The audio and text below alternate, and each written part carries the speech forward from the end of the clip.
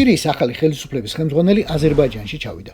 თითქოს მარტივად ახსნადი ამბავია თურქეთის კაცია და ჩავიდა იქ, სადაც ანგარიშს ყველაზე მეტად უწევენ.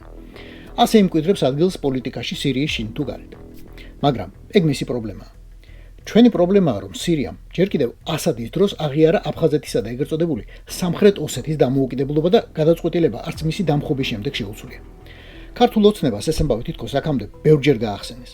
ხან შიგნიდან გაახსენეს, ხან გარედან გაანძრია ხელიო, მაგრამ მთელი ქართული დიპლომატია უკვე კაიხანია გადართულია უნგრეთში ვიზიტების დაგეგმვაზე და შესრულებაზე. მხოლოდ ცოტა ხნის წინ გამოაცხადა ოცნებამ თურქეთს თხოვეთ შუამავლობაო, მაგრამ შედეგზე უკვე აღარაფერი უთქვამთ. არდა რუსეთის დახმარებით სეპარატისტები შუაზე იხევიან, რომ აღიარება შეინარჩუნონ. სოხუმის ეგრეთ წოდებული საგარეო საქმეთა მინისტრის ჩასულიც კი იყო სირიაში, ოღონდ ვერ გავიგეთ შეხვდა მინისტრს თუ არა. აი, ცხინვალელთა ვითომ ელჩი რუსეთში კი ნამდვილად შეხვდა ელჩს მოვალეობის შემსრულებას უფრო სწორედ მოსკოვში, რაც კარგს არაფერს ნიშნავს. სირიის ახალი პრეზიდენტის აზერბაიჯანში ვიზიტი მარტივად შეგვიძლია, რომ საჩვენოდ გამოგვეყენებინა, მაგრამ ამაზე როგორც ჩანს, ისევ არავინ ფიქრობს. ყველაზე უხეში იქნებოდა მისი თვითმფრინავისთვის საერთოდ ჩაგვეკეტა საჰაერო სივრცე, რაც ბაქომდე მიღწევას ძალიან გაურთულებდა, მაგრამ ეს ჩვენს გაგვირთულებდა საქმეს. მეორე გზა კიდევ არის.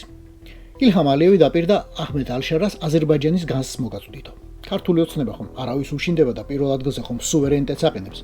ადეკით ახლა და თქვით, არავითარი გაზი სირიას, სანამ უკანონო აღიარებებს არ გააუქმებსო. აი, ისეთივე რიხით ყელი რომ ჩაიგლიჯე თავის დროზე გარეჯი საქართველოა. რას მიაღწიეთ გვახსოვს, მაგრამ ახლა ეს წადეთ. ტრუბა საქართველოა იყვირე და გადაკეტეთ ვენტილები.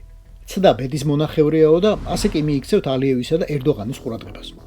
იმათთვის მაგ აღიარების გაუქმება სულ ერთი სატელეფონო ზარის ამბავია, მაგრამ თქვენ ამ ბოდიშებითა და საქართველოსთვის ომის დაწყების დაბრალებით უკვე თავად გაიარეთ გზის ნახევარი აფხაზეთისა და ვითომ სამხრეთ ოსეთის აღიარებისკენ და ვისთვის რა დემარშის მომწყობები ხართ. რა თქმა უნდა, საკუთარი მშვიდობიანი მოქალაქეების გარდა.